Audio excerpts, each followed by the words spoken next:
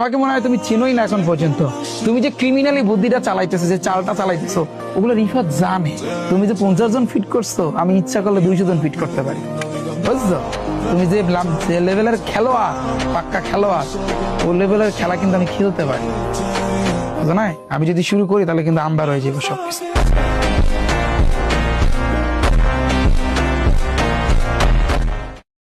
আসসালামু আলাইকুম বন্ধুরা, কেউ কি রিফাত একাডেমির ক্লাস করে? তোমরা যারা এখনও তার লেকচার শুনে বেসিক ক্লিয়ার করার চেষ্টা করছো, দাঁড়াও, আজকের এই ভিডিওটা তোমাদের জন্য। আমি দেখেছি রিফাত একাডেমির স্যার ফিজিক্স আর কেমিস্ট্রির বেসিক কনসেপ্টগুলো অনেক জায়গায় ভুলভাবে পড়াচ্ছেন, যার কারণে অনেক স্টুডেন্ট বেসিক না বুঝেই ভুল ধারণা নিয়ে এগিয়ে যাচ্ছে।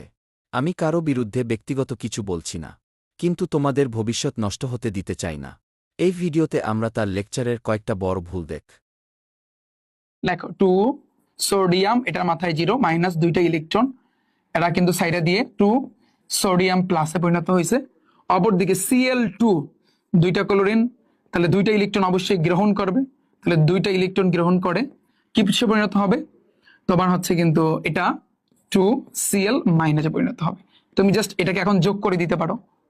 হ্যাঁ, তাহলে যোগ করলে দেখো এটা এটা কাটাকাটি যাবে, এখানে থাকতেছে 2 সোডিয়াম প্লাস প্লাস তোমার হচ্ছে Cl2, এটার মাথায় 0 দাগ দাও, এটা এটা যোগ করো, তাহলে 2 sodium plus plus 2 Cl minus.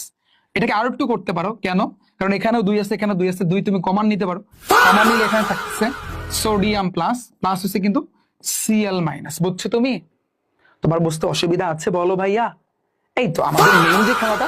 এরপর তুমি ডাইরেক্ট যখন কমন নিছো আর একটু করতে পারো তুমি, 2 সোডিয়াম ক্লোরিন মিলে সোডিয়াম ক্লোরাইড উৎপন্ন হয়েছে। ডান, শেষ।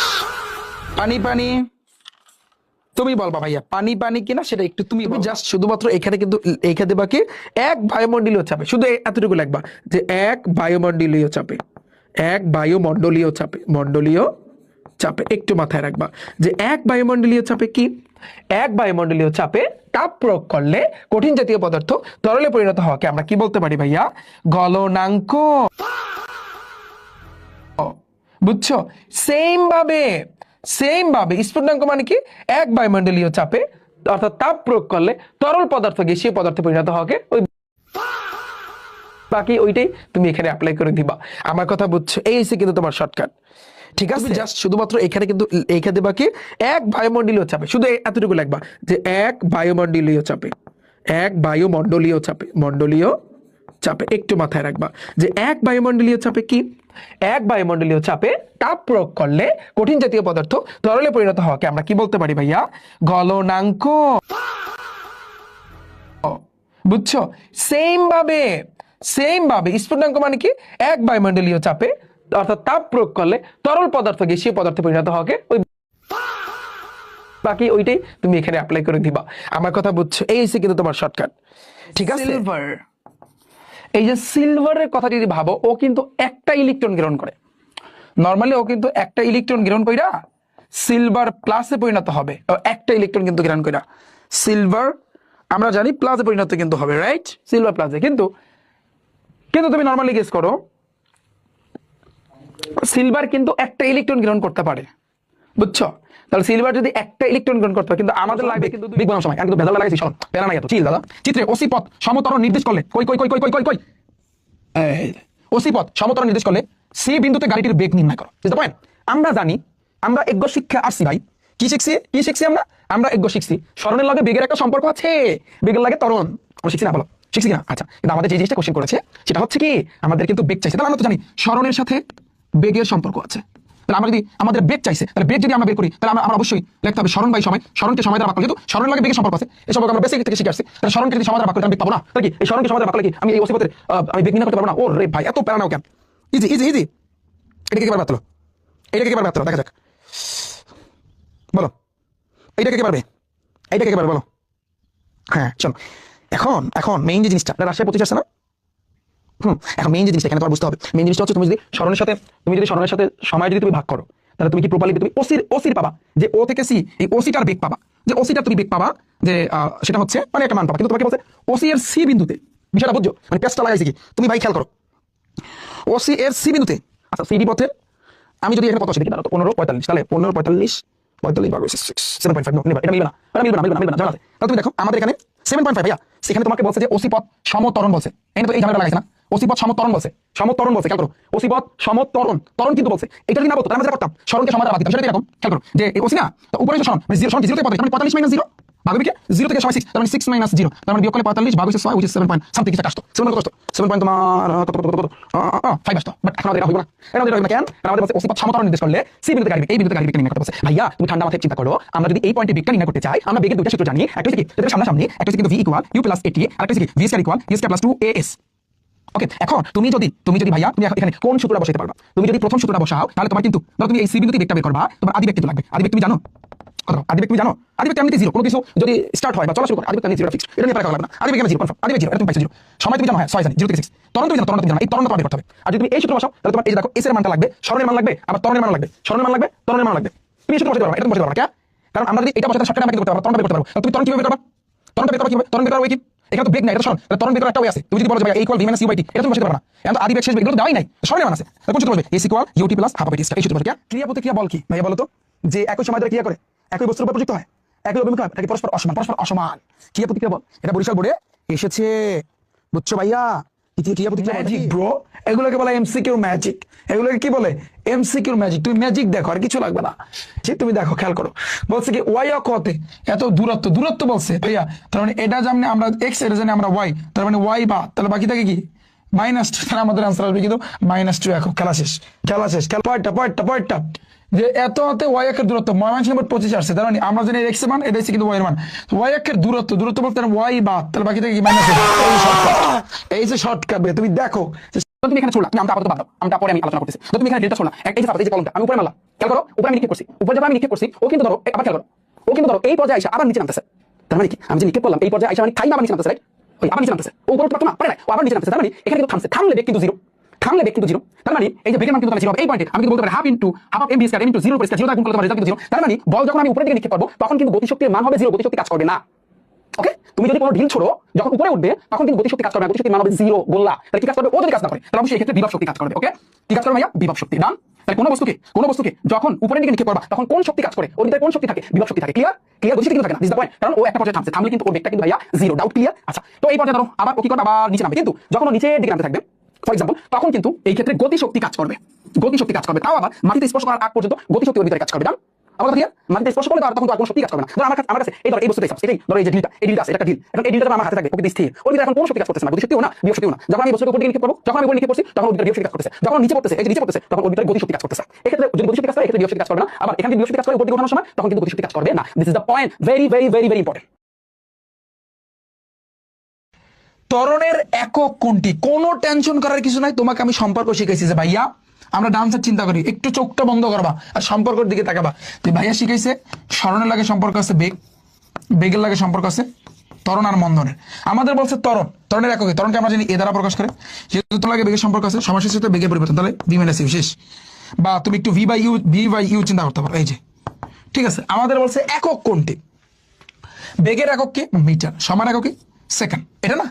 এখন ত্বরণ বলছে এটা একটু ডিফারেন্স ভাইয়া, এটা একটু তোমার ডিফারেন্স, কারণ এখানে সমস্যা সাথে বেগের ভাইয়া পরিবর্তন, এটা আমি তোমাদের বলছি মুখস্থ রাখতে, এটা তোমার হবে মিটার পার সেকেন্ডের উপর স্কয়ার হবে, এই যে স্কয়ারটা কিন্তু আসবে। ওকে, আর বেগের ক্ষেত্রে এককটা হবে মিটার পার সেকেন্ড, এটা আমি বলছিলাম ভাইয়া বেগ আর ত্বরণের এককটা মুখস্থ করবা, মিটার পার সেকেন্ড আর মিটার পার সেকেন্ডের উপর স্কয়ার, আমাদের আনসার আসবে কিন্তু এটা। Okay fine. মন্দনের একক কোনটি, সেম, কারণ ত্বরণ আর মন্দন কিন্তু সেম। তুমি চিন্তা করো এই পি বাই কিউ নিয়ে আমরা একটু কাজ করি। হ্যাঁ, ধরো পি এর মানটা আমি এখানে সাপোজ 2 দিলাম, এখন কিউ এর মানটা যদি আমি 0 বসাই তাহলে 0 দ্বারা কোনো কিছুর ভাগ করলে 0ই আসে, তাহলে এই 0 কি ভগ্নাংশ সংখ্যা, এইটা কি জীবনেও হইতে পারে না। তার মানে আমরা কি বুঝতে পারলাম যে ভাইয়া এই কিউ এর মান 0 হইতে পারবে না, 0 যদি বসাও তাহলে কিন্তু এটা ভগ্নাংশ হবে না। তাহলে এই ভগ্নাংশ সংখ্যা হওয়ার ক্ষেত্রে কথা আছে যে কিউ এর মান তুমি দেখছো সমান সমান দিয়ে একটা দাগ দিছে, এটাকে বলা হয় নট ইকুয়াল, সমান সমান দিলে এটাকে বলা হয় ইকুয়াল, যদি দাগ দাও নট ইকুয়াল। তো এই কিউ এর মানটা এটা দ্বারা বোঝায় কি কিউ এর মানটা 0 হইতে পারবে না, কারণ তুমি নর্মালি বোঝো, তুমি এখানে পি এর মান 1 2 3 4 5 6 যাই বসাও না কেন, বাট কিউ এর মানটা যদি জিরো বসাও, জিরো দ্বারা হাজার হাজার কোটি কোটি সংখ্যারে গুণ করলেও জিরো, ভাগ করলেও জিরো, তাহলে কিউ এর মান কখনো জিরো হইতে পারবে না। এরপরে আরো একটা জিনিস কিন্তু ওরা দিছে যে কিউ এর মানটা কখনো 1 হইতে পারবে না। খেয়াল করছো কেন? পানি বিশুদ্ধ করার অন্যতম পদার্থ কোনটি? ক্লোরিন। পানি বিশুদ্ধ করার জন্য ক্লোরিন, পানি বিশুদ্ধ করার জন্য অন্যতম পদার্থ ক্লোরিন। এখন এই যে 1 ওয়াট ঘন্টা, এইমাত্র এই যে 1 কিলোওয়াট যেটা, তো এটার একটা ভ্যালু আছে ভাইয়া, এটার একটা মান আছে, তোমাদের বইয়ের মধ্যে কিন্তু জিনিসটা কিন্তু দেওয়া আছে। হ্যাঁ, তুমি একটু মাথায় রাখবা যে 3.6 × 10⁶, এটা 3.6 × 10⁶, এটা কিন্তু 1 ওয়াট ঘন্টা, কত জুলের সমান। যদি 1 ওয়াট এই যে ঘন্টাটাকে তুমি যদি জুলে কনভার্ট করো, তাহলে কিন্তু এই জিনিসটা 3.6 × 10⁶ হবে, 3.6 × 10⁶ কিন্তু হবে। ক্লিয়ার? ক্লিয়ার? এতটুকু বুঝছো? এখন তুমি বলতে পারো ভাইয়া কিভাবে? দেখো, 1 ওয়াট ঘন্টা আসছে কি থেকে? 1 কিলো ওয়াট থেকে না। 1 কিলো মানে কি? 1000 watt. 1 watt, sorry 1 kilo watt. ঠিক আছে, জাস্ট ওয়েট, আমি একটু ডিপলি তোমাদের একটু বলি যে 1 কিলো ওয়াট তো ঠিক আছে, বুঝলাম না, এত ফোন দেয় কে? 1 কিলো ওয়াট ঘন্টা, এটা তোমার মাথায় রাখতে হবে। বারবার খালি ফোন আর ফোন, বুঝতেছে না। 1 কিলোওয়াট ঘন্টা, 1 কিলোওয়াট ঘন্টা দ্বারা কি বোঝায় তুমি চিন্তা করো।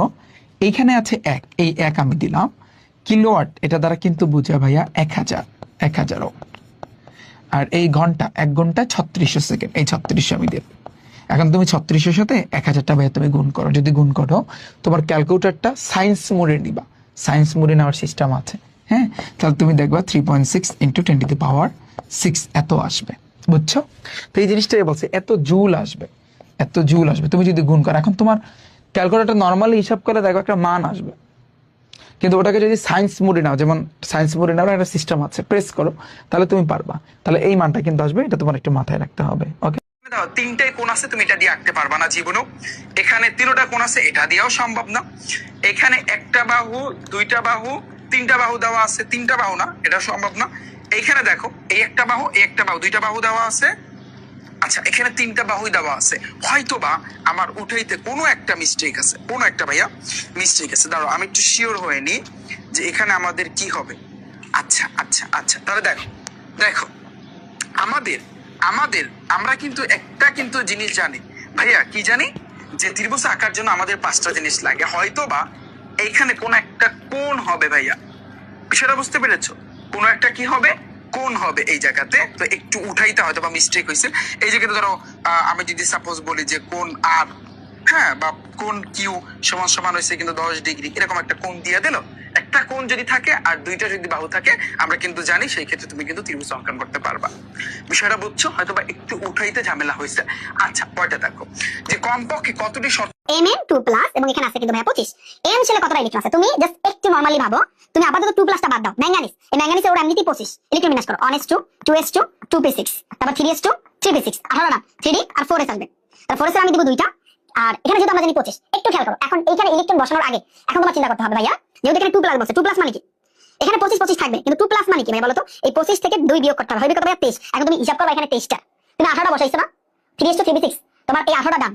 বাকি থাকে কয়টা? বাকি থাকে ওখানে 2টা, আর এখানে 3টা, 5টা থাকে। তাহলে 5টার ভিতরে 2টা অর্ডার দিছো, বাকি থাকে 3টা, 3 অর্ডার দিয়ে দিলা, বাস। এখানে কিন্তু এই জায়গাতে যে ইলেকট্রন বিন্যাস করছো, কয়টা ইলেকট্রন বিন্যাস করছো ভাই বলো তো? তোমার 23টা ইলেকট্রন বিন্যাস করছো, তুমি কিন্তু 25টা হিসাব করো না, এটা মাথায় রাখবা। তাহলে এখন তোমাকে বলছে M শেল, এটা হচ্ছে কিন্তু K শেল, এটা হচ্ছে তোমার L শেল, এটা হচ্ছে তোমার M শেল, তাই না? আর এটা হচ্ছে কিন্তু তোমার N শেল। তোমাকে বলছে কি ভাইয়া M শেলে তোমার কয়টা আছে? 2 6 2 8 9 10 11। তোমার অ্যানসার হবে কিন্তু ভাই তোমার 11টা। 11টা তো হওয়ার কথা। ম্যাঙ্গানিজ 2+, দাঁড়াও M শেলে কতটা ইলেকট্রন আছে? Mn2+, 11টা তো হওয়ার কথা ভাইয়া।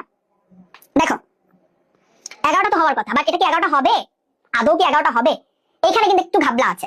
ঘাবলা কি জানো? ঘাবলাটা আমি একটু বলি তোমাদেরকে। আমাদের সব কিছুই কিন্তু ঠিক আছে, কিন্তু ঠিক মানে তোমাদের ওইখানে কিন্তু ইলেকট্রন বিন্যাস করছে যেভাবে, এই যে 3D মাথায় কিন্তু 3টা না, ও কি করছে? এই যে 2টা, এই 2টা কিন্তু ওর কাছ থেকে নিয়ে আসছে। তাহলে ও কিন্তু সুস্থিতি অর্জন করছে, অর্থাৎ 5 হইছে। তাহলে 5 হইলে তখন কিন্তু এটা 13 হবে, অর্থাৎ অ্যানসার কিন্তু এখানে ভাইয়া 13 হবে, কিন্তু হিসাবে হয় কিন্তু 11টা। এখন তুমি বলবা যে ভাইয়া ওর 2টা ও কেন এখানে দিয়ে দিল? এটা কি ইলেকট্রন বিন্যাসের ব্যতিক্রম?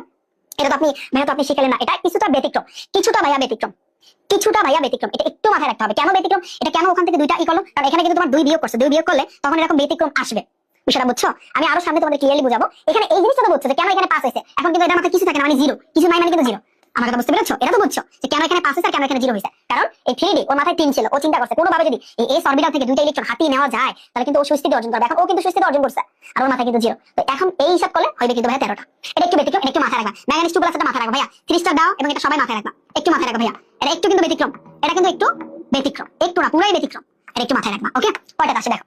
কোন চিন্তা করো, আমি এখানে বসে আছি, আমার গায়ে একটা ওজন আছে, ওজনকে এম দ্বারা প্রকাশ করে। আমি এখানে আছি আদিবেগ, তার মানে এমইউ। আমি যদি কোথাও যাই থামি, তার মানে আমার ওজন তো কমবে না। তো 50 কেজি তো 50 কেজি, তার মানে থামলে শেষ বেগ, তাহলে এমভি। তাহলে এই যে ভরবেগ, এটাকে বলা হয় ভরবেগ। তো ভরবেগের পরিবর্তন হবে এমভি মাইনাস এমইউ। আর ভরবেগের পরিবর্তনের হার কথাটা বললে তাহলে সময় দ্বারা ভাগ করতে হবে। এবার আমি যদি M common V minus U by T, তো ভি মাইনাস ইউ ঠিক আছে। এবার ভর প্রোটনের তুলনায় 1840 গুণ কম। কম হয় কেমনে? একটা ইলেকট্রনের কিন্তু ভর বলো, ইলেকট্রনের যাই বলো না কেন, ও কিন্তু সবচেয়ে চেতা প্লেয়ার। ওর ভর কত? 9 পয়েন্ট, প্রায় অনেক বেশি। এটা প্রোটনের তুলনায় 1840 গুণ কম, এটা মিথ্যা, বেশি হইবে। কারণ এই ইলেকট্রনের যে ভর, তুমি চিন্তা করো, ইলেকট্রনের ভর প্রোটনের থেকে কত গুণ বেশি তুমি চিন্তা করো। কারণ প্রোটনের হইছে 1.673 ছিল ইনটু 10 টু দি পাওয়ার, তাই না? আর ইলেকট্রনের হইছে কত? 9.1। কোথায় রইছে 1? কি হবে? হাইড্রোব্রোমাইড উৎপন্ন করবে। যেমন হাইড্রোফ্লোরাইড, হাইড্রোক্লোরাইড, হাইড্রোব্রোমাইড। এগুলো কেন হয়? रुको जरा सबर करो। উৎপন্ন করবে হাইড্রোক্লোরাইড অ্যাসিড উৎপন্ন করবে, এ কিউ। এই এ কিউ দ্বারা কি বোঝায় ভাইয়া? অ্যাসিড বোঝায়। অ্যাসিড ইংরেজিতে বলা হয় অ্যাকোয়াস বলে। ওকে, বেগ বেগ বানানোর সময় কিন্তু ভেজাল লাগাইছি, সরল প্যারা নাই এত, চিল দাদা। চিত্রে ওসি পথ সমতরণ নির্দেশ করলে কই কই কই কই কই কই কই ওসি পথ সমতরণ নির্দেশ করলে সি বিন্দুতে গাড়িটির বেগ নির্ণয় করো। বুঝতে পারেন? আমরা জানি, আমরা এগ্য শিক্ষা আসছি ভাই। কি শিখছি? কি শিখছি আমরা? আমরা এগ্য শিখছি স্মরণের লগে বেগের একটা সম্পর্ক আছে, বেগের লাগে ত্বরণ। আমরা শিখছি না? বলো শিখছি কিনা? আচ্ছা, কিন্তু আমাদের যে জিনিসটা কোশ্চেন করেছে সেটা হচ্ছে কি, আমাদের কিন্তু বেগ চাইছে। তাহলে আমরা তো জানি স্মরণের সাথে বেগের সম্পর্ক আছে। তাহলে আমরা যদি আমাদের বেগ চাইছে, তাহলে বেগ যদি আমরা বের করি, তাহলে আমরা অবশ্যই লিখতে হবে স্মরণ বাই সময়। স্মরণকে সময় দ্বারা ভাগ করলে, যেহেতু স্মরণের লাগে বেগের সম্পর্ক আছে, এই সম্পর্ক আমরা বেসিক থেকে শিখে আসছি। তাহলে স্মরণকে যদি সময় দ্বারা ভাগ করি, আমি বেগ পাবো না। তাহলে কি এই স্মরণকে সময় দ্বারা ভাগ করলে কি আমি এই ওসিপথের আমি বেগ নির্ণয় করতে পারবো না? ও রে ভাই, এত প্যারা নাও কেন? Easy easy easy. এটাকে কি পারবে? হাত তোলো। এটাকে কি পারবে? হাত তোলো, দেখা যাক। বলো এইটাকে কি পারবে? এইটাকে কি পারবে? বলো। হ্যাঁ চলো, এখন এখন মেইন যে জিনিসটা, এটা রাশিয়া 25 আসছে না? এখন মেইন যে জিনিসটা এখানে তোমার বুঝতে হবে, মেইন জিনিসটা হচ্ছে তুমি যদি স্মরণের সাথে সময় যদি তুমি ভাগ করো, তাহলে তুমি কি প্রপারলি তুমি ওসির পাবা, যে ও থেকে সি, এই ওসিটার বেগ পাবা, যে ওসিটা তুমি বেগ পাবা, যে সেটা হচ্ছে মানে একটা মান পাবা। কিন্তু তোমাকে বলছে ওসি এর সি বিন্দুতে, বিষয়টা বুঝছো? মানে পেজটা লাগাইছে কি তুমি ভাই, খেয়াল করো।